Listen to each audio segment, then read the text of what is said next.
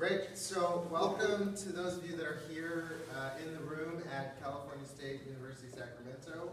And thank you for coming because classes are over and we're in a relaxation period where we're grading and dealing with final exams and these sorts of things. Graduation is, of course, coming up here on Friday. And so I'm so honored that you're joining us online and you're joining us in person. And we're so pleased to have Dr. Barbara Pazey, who is a professor at the University of Texas at Austin. And when I was at UT Austin, she was my neighbor. She was right next door to me. And so we're just so glad to have her here. And she's going to talk about special education and 21st century skills, which I think are both really important issues in our society. Yesterday we had dinner with the California NAACP. And we know that, for example, African American children are over-identified in special education. And they are protected by IDEA, but we know in charter schools and in traditional districts that special education students continue to be underserved. So we're just so fortunate and so grateful to have you here for our talk. A talk that will be seen in perpetuity on YouTube and by our students who are not able to be here, who have day jobs oftentimes live on Periscope and YouTube. So thank you so much for joining us. Thank you. Well, thank you, Julie and Dr. Heilig, for allowing me this opportunity. I feel like I need to give you a little bit of my background just so you can see why this has become a passion of mine. My background is, and also because of the fact that we know that what our research does also influences what we actually choose to focus on. So our background, and so my positionality is that I have a background in both general education and special education. So I started out in middle school, or what we used to call junior high, and taught 7 through 9 music and general music. And this was back when the Education for All Handicapped Children's Act was kind of just getting off the ground. So I guess I kind of let you know when I started teaching. But so I didn't really understand the situations as far as students with disabilities and special education. But since that time, I've also been a special education teacher because music positions are kind of hard to find. So I went into special ed and found that much of what I did in music was very similar to what we do to be able to reach the needs of students with disabilities. So, project-based learning, cross-curriculum types of studies, hands-on, active learning. And so a lot of the things that some of my arts colleagues, when I talk to them, they say, everybody acts as though some of the things that we're doing in instruction is so cutting edge, but we've been doing it forever. So, but what was unique was that I actually became a special education teacher in South Carolina, and Richard Riley, who was the governor of South Carolina, who then became the education secretary for Bill Clinton. And so I sort of got thrown into this whole accountability type of situation and what do students need to know. And most of the students I worked with were all taking classes in their general education courses, but they came to me for academic support one period a day. And so when I left to go to the University of Texas to go pursue my PhD, and I was saying goodbye to my students, they said, Miss Pazey, don't forget to tell our story. And so that resonated with me as a teacher, as a researcher, as an administrator. To me, student voice and what they have to say is critically important, and that we should be using that to inform everything we do. And so that came to then, I then became a high school administrator at several different turnaround schools, one in Austin and one in Ohio. And so taking that kind of philosophy with me, but so you can see that my life has kind of gone through this. Nation at Risk as a special ed teacher in South Carolina ruled a lot of what I did. And then also what work requires of schools. The SCANS report came out in 1991. A lot of people don't realize that was the precursor to 21st century skills. But so then all of these different things that have influenced the lives of students. So most of the students that I interviewed in 1995 and 2010, 2012, and 13 were really affected by these aspects right here. No Child Left Behind and the Individuals with Disabilities Education Act. But at the same time, if you actually do research on the framework for 21st century learning, a lot of the work that came out of that stemmed from this SCANS report in 1991, but nobody was really paying attention to it. So this framework for 21st century learning, and then now we have the Every Student Succeeds Act.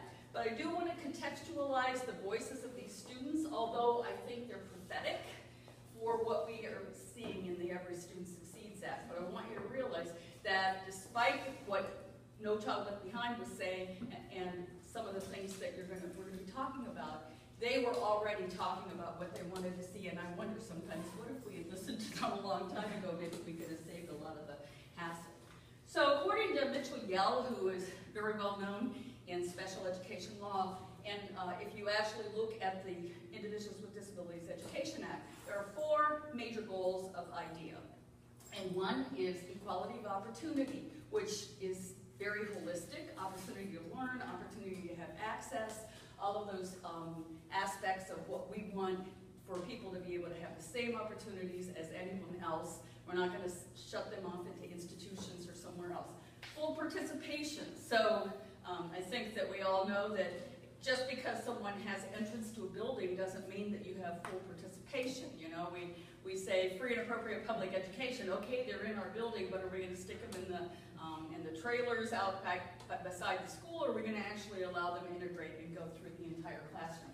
Independent living. So that's when then we begin to look at skills like self-determination, being able to advocate for yourself, being able to say, that this is how I learn, I know what is the best way for me to learn, and actually trying to help students to understand and become proactive learners and owners of their own education, rather than just depending on a teacher to always help them and do all the accommodations. And then economic self-sufficiency, which goes very strongly with the whole idea of being able to be prepared for college and career and workplace. Although in many cases, some of those things, transition's been a very weak area in the area of preparation of students with disabilities. So I'm just going to basically show you that this contextualizes where our students, that the students that we're talking to here have been, and in a way still contextualizes where we're going because of the focus on reading and math. I did read your report, One System, that the task force came out with a year ago and reported on, and how they're trying to merge general education preparation and special education preparation. But I noticed that we still have the accountability piece that sticks with, that focuses on reading and math, primarily to determine whether students are meeting certain types of benchmarks or meeting certain areas as far as your school performance and improvement plan. So here we have, this is what NCLB did, but historically this is what IDEA has been trying to do. We want to be concerned not just with groups, but everybody is an individual. So education should be looking at the individual. Are we progressing? Are we making progress? The goals are relative. IDEA is the idea that we're constantly going to be growing and developing. It's not whether or not it's an absolute target, and at this point in time we've made our proven that we're proficient at something.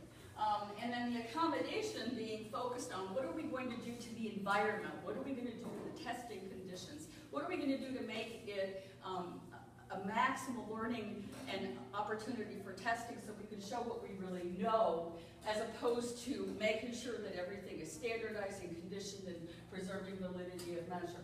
And then also the instructional priority is going back again to what IDEA is all about, and the 4 goals is that we want to make sure that we are academically, behaviorally, social, we have all of those skills that we're going to need when we graduate and when we go out into the work world.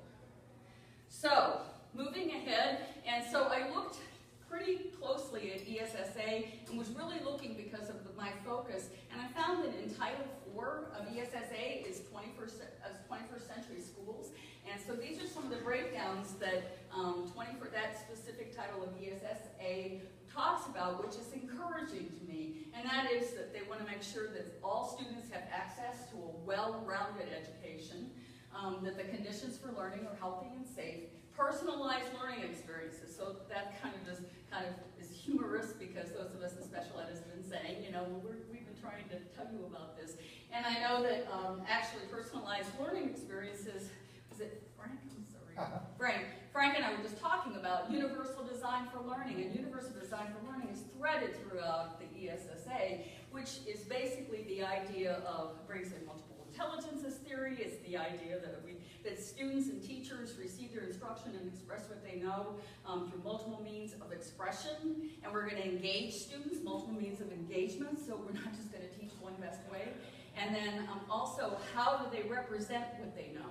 So representation, so universal design for learning is very strongly aligned with this personalized learning experience. And then also college and career guidance and counseling programs. So they're saying we need to bring the counselors into this situation and legitimate them and have them not being, I remember as a high school principal, my counselors were out of pocket for an entire month because they were doing nothing but piling up tests and getting ready for the high stakes tests. And these students had needs, but they couldn't meet their needs because they were down in the office trying to get everything ready for testing. And this is another area that kind of excited me, is the music and the arts, that they recognize that the music and the arts could be tools to be able to use to help promote higher critical thinking, and also some of the soft skills we talk about as far as conflict resolution and problem solving.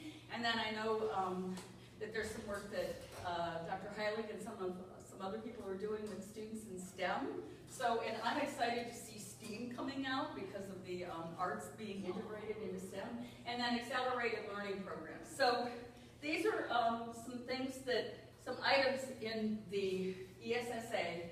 So I hope you understand. I'm trying to set the context up so that you can see where we're going with this. So if you look at the essential skills for success that the 21st century skills framework talks about, there are basically 6. And so work ethic, collaboration, communication, social responsibility, critical thinking, and problem solving. And then it's interesting because when I've purchased about every book I can find on 21st century skills, and I comb through them to look for what's going on as far as students with disabilities. And you might see special education with 1 page, referenced in it. But so I actually kind of worked really hard to find a quote that I thought would be appropriate for students with disabilities, and that is specifically that we have to make sure that our education system is going to be universal and not just honor just a few and some of the more highly successful or skillful students, and make sure that we consider everybody. So Ludlow, in an actual teacher education journal, said that many of the initiatives have failed to incorporate the needs of students with disabilities. I think this is really interesting that this is probably not quite accurate, but approximately the percentage of students that fall in having a disability, I think California has 11% and Texas has 9%, but I've been told that they get dinged if they go much higher than that, so I think that's kind of intentional. But if you look down here, only half the amount of students with disabilities are employed compared to the students without disabilities. So we really have some work to do. So where I come from is kind of a critical perspective. And so disability studies and student voice kind of fit together. And student voice has become quite, is really started primarily in England, but has sort of filtered over here in the United States. And so I actually used this quote at the beginning of my dissertation, which is where my research started on this, and that is that we needed to start listening to kids if we're going to do something about reform. And so student voice then, and these are some individuals that say we need to go beyond just student voice as far as student government, student council. We need to find ways to get everyone involved. And so Dana Mitra actually said that the democratic aspects of schools, and I know that Dr. Heilig and Julian and I talked about the fact that you seem to have a little more of a democratic approach to education, trying to bring a little bit more of a voice to other people into what is going on. So if we're going to really have a really broad conversation, we need to make sure that we bring those students in. And so I found this also, that there is more than just student voice, so we want to bring those students in that don't have an opportunity to necessarily be able to actually that tended not to be included in the conversations. And so this is a great book, and I have references at the end of the PowerPoint, and you're welcome to have copies of my PowerPoint. But they actually have this book here by Keith Moore and Duff. They actually have chapters written by students themselves, and the entire premise of that book is that the students that are marginalized really are the experts. And especially if we're going to talk about turnaround schools and schools that are struggling, those are the students we should be listening to. And so then the other piece that I bring is there's two kind of different voices in special education. One is the traditional kind of deficit, there's something wrong with the child, we're going to fix the child. And then disability studies comes from the idea that we socially construct through the types of environments, the expectations we have in the classrooms, the way we actually expect students to act. And we're just talking about Teach for America and how teachers have a tendency to expect students to act according to their own culture and not realize that there might be multiple ways to be able to communicate or teach or express. And so it actually looks at, so it's an analytical framework to look at marginalized individuals. And so also kind of that nothing without us, nothing about us without us kind of philosophy, that we're going to make sure we listen to the actual individuals, which actually was kind of what got the Americans with Disabilities Act brought into effect. So, so they're actually saying that we need to make sure that we use it as an approach to make sure that we get rid of the top-down hierarchical aspect of reform or anything else we're going to do. Okay, so now that's the context, all right? So you know where I'm coming from, and also to kind of get you thinking, because I think you're going to see some things that come out of the quotes from these students that are pretty unique and pretty telling. So what I did was, in 1995, my dissertation I did at a particular high school that was at the time a high school that housed a liberal arts program, and it was a magnet school. And so it was a neighborhood school, but then the reason it was able to successfully progress and not be considered a low-performing school in Texas was because of the fact that they had both of the schools' scores were merged together, and so they were doing very well. Well, because of some disputes and situations that happened in the community in early 2000s, they decided to move the magnet school out, and so it became strictly a neighborhood school, but never really put the types of supports back into the school that was necessary. So lo and behold, 2002, right, is when No Child Left Behind goes into effect, and why should we be surprised that by 2007, this particular school then was recommended for shutting it down. And so it was actually one of the first high schools in Texas to be shut down, reconstituted. They had rehired they rehired some of their teachers, but they brought in all new administration. And so back in '95, when here I am doing my doctorate dissertation, and I used a particular interview protocol, and thankfully I've saved everything from that particular dissertation. Those of you that are doctoral students, don't ever get rid of your dissertation. And so you never know when it might come handy. And so actually the same interview protocol I have been using in every single time that I've gone to a particular school and talked to these students. And so these are the questions, some of the questions that I asked that the data is actually extracted from across periods of time. What do you tell me what you like about school and some of your classes and why? Tell me what you don't like about school and some of your classes and why. What classes do you like best? What classes do you like least? And this is the kicker. If you could learn anything you wanted to learn, what would it be? What would you want to be learning and why? So I used a qualitative case study method because of the fact that this study is actually the outcome of different studies at different times at two different schools, but using the same context and the same types of purposes to find out what students had to say. sometimes I did individual interviews. Occasionally I also did focus group interviews. I started out by shadowing 6 students, sat in their math classrooms. They took resource math at the time in 1995 and got to know the students.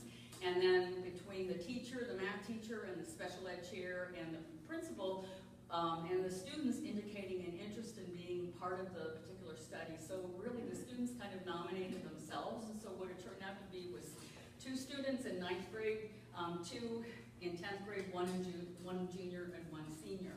And so what happened though was, because at the time I was able to wear my blue jeans and a t-shirt and sit in the classes, and I had a camera, and all of a sudden their friends wanted to be interviewed too. So it became quite a unique experience. So actually, I wish we could do it as professors too. So originally in 1995, I actually interviewed 27 students. Some of these students were were specifically not labeled or identified as having a disability, but many of them were. So there were the 6 students that I interviewed, and then some of the students in their classes, and then also some of their friends in athletics or other classes. What was unique was that at some point, I actually had a couple students say, "Miss, why don't you just give us tape recorders and we'll take them ourselves?" So I got these very rich, back in 1995, I went and I said, "You gotta give me some tape recorders." So I had these great conversations going on in the girls' locker room and in their classrooms, and students giving a tour, a verbal tour of their classroom. And so a lot of the data that I've taken from, particularly 1995, comes from them actually talking and having their own conversations. And so, in 1995, 6, then in 2010, because when I went back to the school, because of the fact it was the first year after it actually opened as a reconstituted school, I had to be very sensitive and not push too hard. But I did, with the help of Dr. Heilu, and he was involved in this particular study here, I actually made sure that the demographics of the students was exactly the same as 1995, so I could compare what they were saying. And then I went back in 2012 and asked 4 of the same students were in the 2010 study, plus 6 more, and then some of their friends. And then this is a particular high school. It was also originally a turnaround high school, but by the time I actually went to this particular school, it was actually a recognized school. It's actually been recognized by President Obama, and actually went there to visit the school in 2013. And so what I did with these students, and these were all students that were either identified as being on an IEP or on what we call a Section 504 plan, which means that they were identified as having a disability, but according to IDEA, if you can make progress with accommodations and you don't need the related services in the specialized education, then you can be eligible for what's called a 504 plan. And so as you can see, most of the students up here, they were all African American, Hispanic, what they referred to as Hispanic Black, and 9th through 10th grades.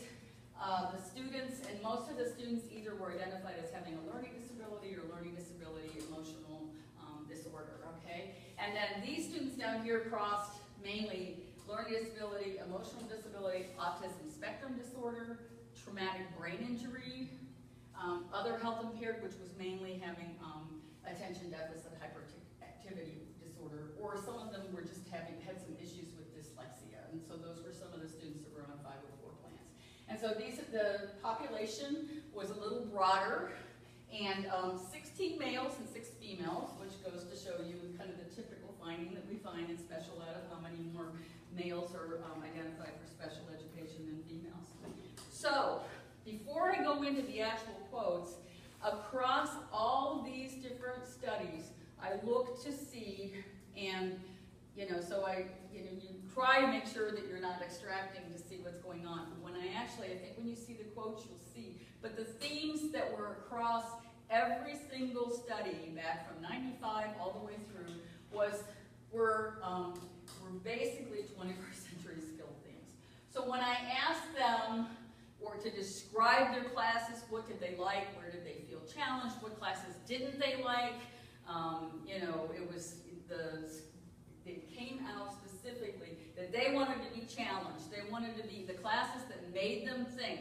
And the particular math teacher they had was phenomenal. She was Even though it was considered a resource math class, I felt that they were getting challenged just as much as what they would have been in another class, because she knew how to scaffold instructions. She knew how to break it down.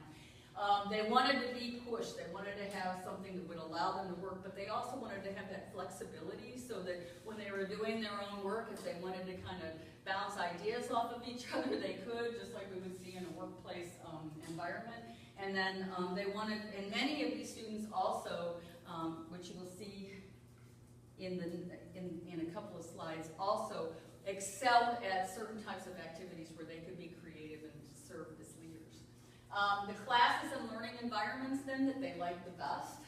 They love the idea of being able to have some flexibility. So lab classes, classes where they could actually, some of the classes that they liked were, teachers might put music on a little bit while they were working, and they could actually discuss or move around and talk to each other about how to solve their problems.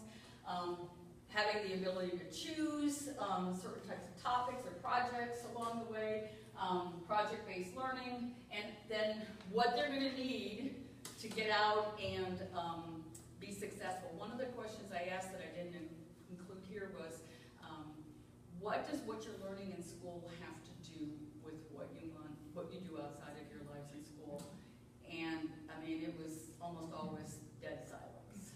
And then they had to I'm going to have to know how to do math to go to the grocery store. I mean, you could tell it was one of those, test-oriented questions where they had to figure out, okay, I got to come up with an answer for this lady, so I'm going to come up with something.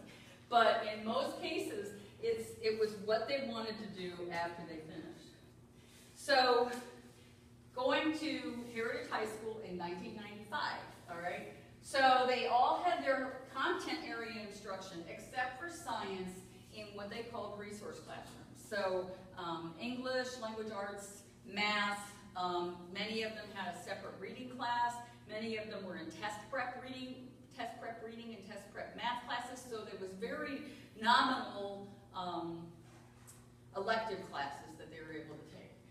But the classes in which they thrived were mathematics, the resource class, science, which specifically, when I say that, it was interesting because some of the students actually took the science class from the football coach. And I'm not advocating athletics as far as content area, but I'll tell you, this coach knew how to break the information down. He put them into groups. He had them in teams. It was just like they were all just having a good time. They joked around, but they were right into it, doing dissecting and everything else. And so they loved that. Fine arts classes and activities. What I really liked at the time about this particular magnet school is that when they had band, they didn't have a separate band for the neighborhood schools and a separate band for the magnet schools. I mean, you had these students, what we would call the zone of proximal development, they were actually learning next to people who were in the magnet school for fine arts. So they were actually being tutored and worked with, and the band was phenomenal. They actually had a talk theater, award-winning teacher in theater arts, and they could take classes through those types of things. So those were some of the classes they liked. And then physical education or athletics. And it wasn't so that it wasn't just because they liked sports, it was because of the nature of how they actually went about doing their sports. Because I actually asked one student who was not involved in sports, but when he would go out, he was the one student, the African-American male that had also had was classified as having an emotional disorder, and he was in a self-contained class most of the time, but he came out of some of these other classes. And when he took me into his class to show me his self-contained class, he says, "Miss, you don't want to see me in here because I become a different person." And so I actually, when I interviewed him, he said, "Can we just walk around the building and we can talk, because I don't want to talk to you in this classroom." And so I was just, I was like, oh my goodness. But when I asked him about, when you saw him in athletics, he was the fastest person. We used to have contests in his math class, because we would actually see who could get the answer right first. And he beat me out every single time. But he was this phenomenal person, and but just didn't necessarily know how to kind of, sometimes he would get into conflicts. But when I saw him get into conflicts outside of the classroom, he would talk out loud to himself and talk himself down. So I thought to myself, well, something's working. So, but anyway, so when I asked them what classes they liked, these are the types of things that they said, and I really like this quote: "Challenging classes that bust my head and make me learn." Look at this. I mean, I can't tell you how many times I would sit, because I did the work with them when I was in the class, and then they'd sit there and go, "So she's making us do another worksheet. This is like so stupid."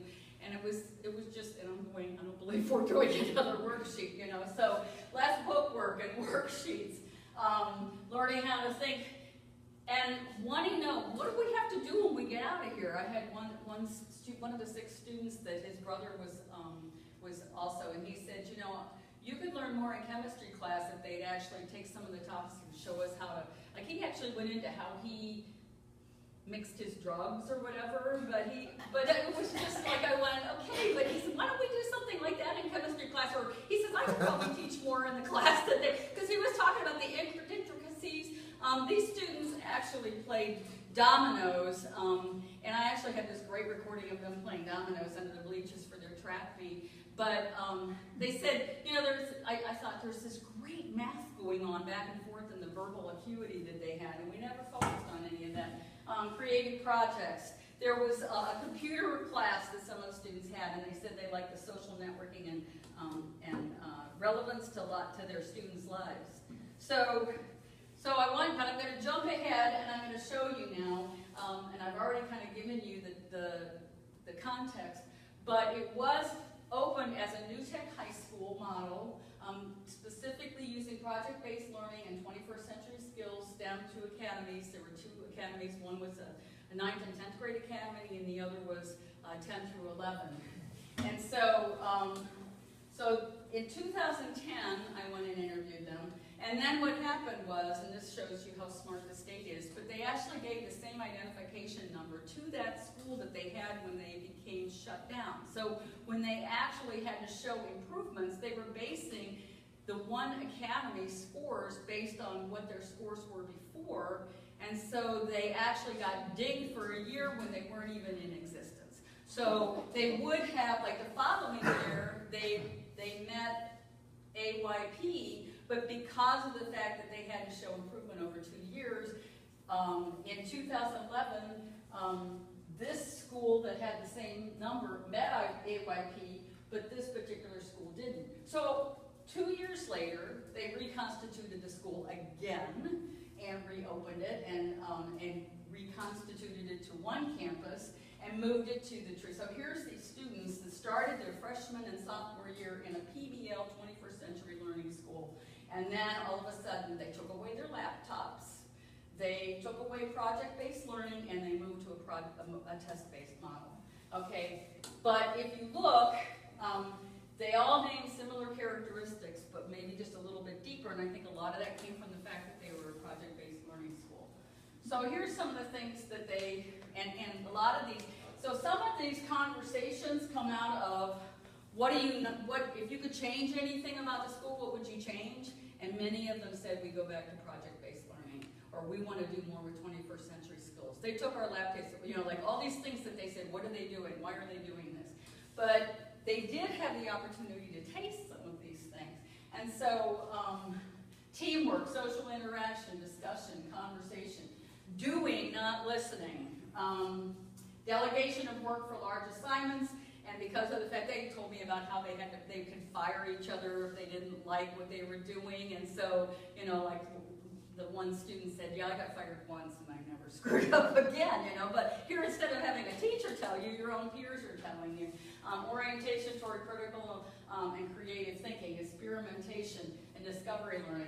This right here, problem solving and what if scenarios. So they actually had problems, and sometimes their teachers actually took them and brought someone in to tell them about a problem they were having, and then they went out in the community, they solved the problem and went out in the community and presented on the solution that they came up with. And I mean, just great things going on. Specific problems, interdisciplinary approach. So, and so these were some of the benefits that they actually said, like when I said, if you could learn anything, what would you want to learn? And so I said, well, what do you like about project-based learning? So a lot of times I would say, well, why is it you like project-based learning? And so they said, well, it could possibly give us a trade to certify us and help us to go off and get a job. It gets you ready for life. Teaches you how to work with people. The teacher guides you if you go in the wrong direction, doesn't lecture you, because it's just this need to know type of thing, and they have a mini lesson in the beginning, and then they go off and they have to research everything. More these are some of the things they said that they felt they were getting, was more guidance on career options and requirements for certain jobs, because of the fact that everything was linked into what they were needing to do. If you need the one-on-one support, you get it. But it's voluntary, and we're going to go and find out what we need to know on our own. And these were the real-life skills that they felt that they learned. So look at this and tell me if these aren't the 4 goals of IDEA, right? Persistence, curiosity, self-determination, networking, learning, self-sufficiency, right? Independent living, computer and technology-related skills. So these are all kind of non-academic skills, but they also relate to 21st century skills also. All right, so now we're moving to Friendly High School. And this particular school was actually reconstituted to a new tech model in 2007. So what's interesting is that what you need to know is that this school had the same principal from 2007 to 2013. Unfortunately, I'll tell you a story at the end about that, but 100% PBL, 21st century skills, sorry for my D, nationally recognized STEM-focused skills. So it was actually a STEM-focused skill.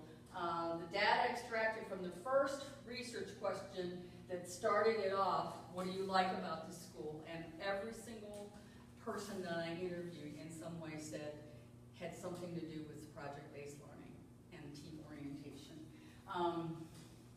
And one student actually, some of the students I said, well, they really thought about going back to their traditional high school, because there is a traditional high school to school, and so this is the school that they can select to go to. It's not a charter school. It's a school that they actually apply to go to, but the criteria is they put all the girls' names or the female names in one hopper and all the male names in the other hopper, and they pull the names, and so they don't look at, do you have a disability or whatever. And so some of these students, said they were really scared because they were afraid that they weren't going to be able to be successful. But when I asked them, they said, well, we get together with our friends over the weekend, and when we talk to our friends and we realize that what they're doing is worksheets and other kinds of things, or they show us what they're doing, and we start telling them all these things we're doing, and they go, well, we don't want to go back there. Why would we want to go back to that school if we don't have to? So they made that decision that they wanted to stay. Now, some students did decide that, from what I understand, I asked the counselor, are there some students that decide to go back? And there are a few, it's not like everybody decides to stay. But many of these students that actually went there, their parents put their names in the hopper, and so they started out not really wanting to be there. But after their freshman year, about halfway through their freshman year, they began to realize that this was going to help them with something that they weren't capable of possibly having the experience of in high school. One 9th grade student told me, I don't get bullied anymore, because the culture of the school was very strong, and because of the team orientation and this protectiveness of the students, and so I thought that was really awesome. But so these are some of the things that they said about, and I know it's quite extensive, but I won't read every single one of them, as you can hopefully see them on the PowerPoint. Will they be able to see the PowerPoint? Yeah, we can make that available. Okay. So they like so here we go. Challenges come from having a partner on a project. So they like not having to work on their own. Then when they're talking about how they work with each other, I'll notice things he won't notice, he'll notice things I won't notice, and we collaborate very well. I think I have done better in school because of him. And so this was a particular student who was talking about a person, a peer that he had that did not have a disability, but it was how they worked together. You work with more people, get to know everybody in class, it's really a positive environment. I like this. They don't sugarcoat things. Bust my head, tell me like it is. If they don't like your project, they'll tell you straight up. I think that's more effective feedback for my project, so I know what to improve in the future and what not to do on future projects. We're allowed to make our own choices. The end, we discuss ideas for new projects, so autonomy and choice. Things we'd like to learn and ways we'd like to learn it. They help us get out of our comfort zone for the learning environment. They help us experience what world is actually going to be like. Here's the one that, if you go to the high school up the street, our normal high school, I think this is ironic that they talk about that school, how much we use the word normal in regards to special ed, but they're referring to normal in a totally different way. It was, you know, normal worksheet, turn it in. I wanted to try something different, and this school allowed me to do it. I think it's important for me to let you know that when President Obama went to the school, one of the students in this study was the one that introduced President Obama to the school. So he was so excited about that. So I happened to be there when that was all going on. They let you kind of do your own thing in the project. You never really feel constrained and controlled. It's not like you're in a box. This is a person that actually, I like the freedom they gave us, and I guess because it's PBL, you get to collaborate with a lot of students. So, one of the things that I'm going to move us to is that in the report that you all have from the one system, the world, and I read the blueprint also that the state superintendent also wrote, you know, moving to a world-class education. Well, if we're going to go to a world-class education, don't we have to move outside the box of the narrow curriculum and the narrow skills that we have been embedded in for how many years? And so we need to make sure that we look at students from a strength-based perspective. And I was just thinking about how we have a tendency, and I think this is one of the things that came out in the report one system, is that we have a tendency to silo our systems as though general education, students, race, class, and other areas of difference, and disability somewhere falls in that other area of difference, but we have created a system that basically says this is general education and then this is special education over here. We've got to figure out a way to bring those voices together. The students have figured it out, and some of the schools have. A world-class education, according to NTHS, is to allow each student to become an autonomous learner and equip them with the skills that they'll need to be responsible for their own learning. So, Burrell states that our education for today's youth should be applicable to students of all ages and abilities, including those with special needs. And so I'm not trying to push for project-based learning, anything that allows, though, for some of those conditions for learning to take place. But I think that if we were to ask students, and go back to the question is, what do students say they'd like to learn in today's 21st century classes? They would, and they have plenty of quotes to give us, and I think what they would say about all of the riffraff that we've been going through is, why didn't you ask us? We could have told you this a long time ago. So,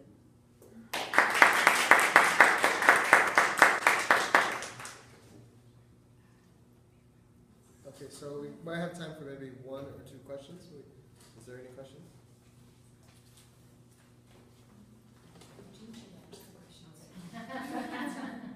No? Where do you go from here? One of the things that I do want to do is that, and I should, first of all, I want to tell you two stories which are ironic. The one school that I did my dissertation at in '95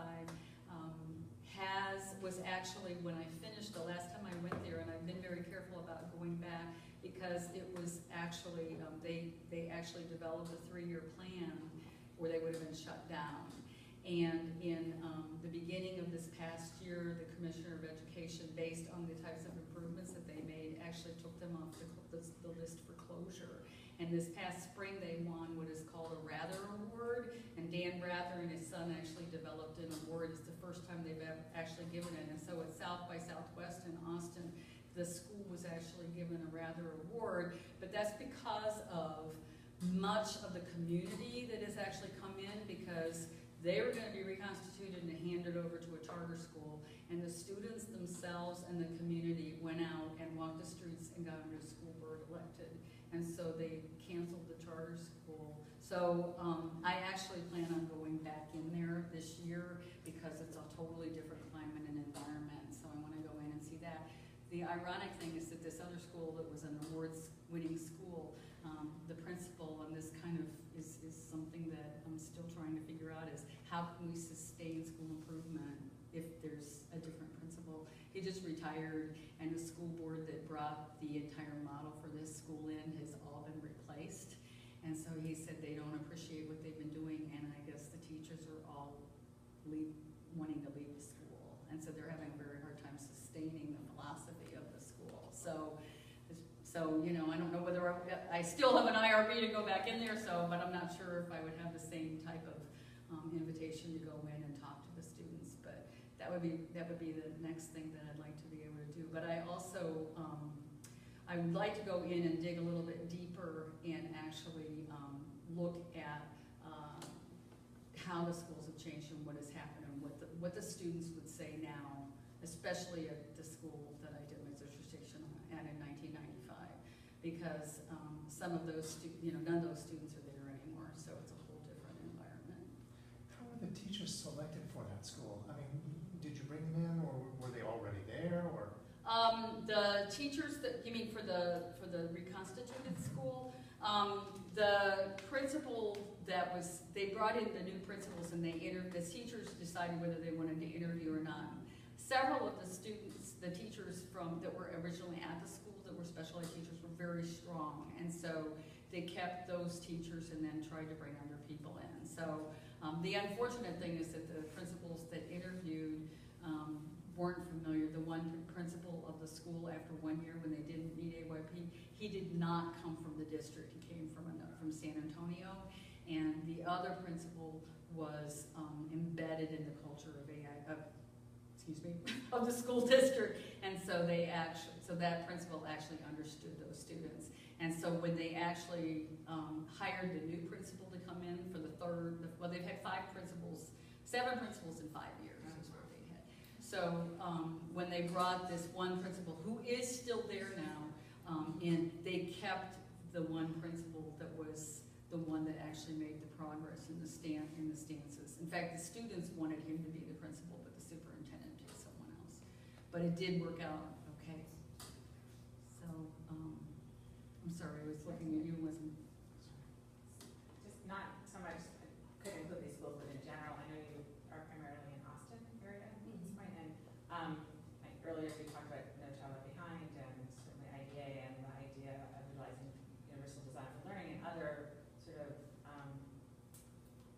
multi-tiered systems of support. Looking at educating all students, making it education about education, not just kids with disabilities education. What and here we struggle with that in this area, but there are various schools that do provide those services, sort of looking at providing service to all students and casting the widest net, and then certainly more if students need, in tier 3, if they need more significant services, then they can provide them, but that can be provided certainly in any context, in a general context. So Yeah, I mean, what's happening in Austin? Right. Well, I mean, the thing is, the least restrictive environment is still in force, and a lot of people that claim to be social justice leaders think that everybody should be included no matter what. And without the appropriate supports and accommodations, you do sometimes need to bring that extra teacher in and that extra support. And so, and I think it's interesting that your state has gone to a different funding formula, because if you can actually use those funds in a different way to provide those supports, but even if it's, if it's not 80% of the school day, 60% is better than nothing, or 20%. Right. And so, I think that the key thing is that we don't just say, okay, these students have significant disabilities, so we're going to stick them in a building out here, in a room out here. Although, now the argument is that some of the parents, are concerned because they want their students to have more of that specialized service. So it really boils down to what is in the best interest of the student. And how to provide them sometimes. Right. If they haven't seen it done appropriately, then it Right.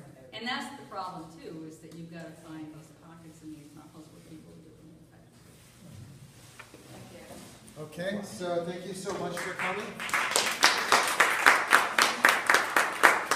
And we will see you next fall. Thank you. Thank you for coming.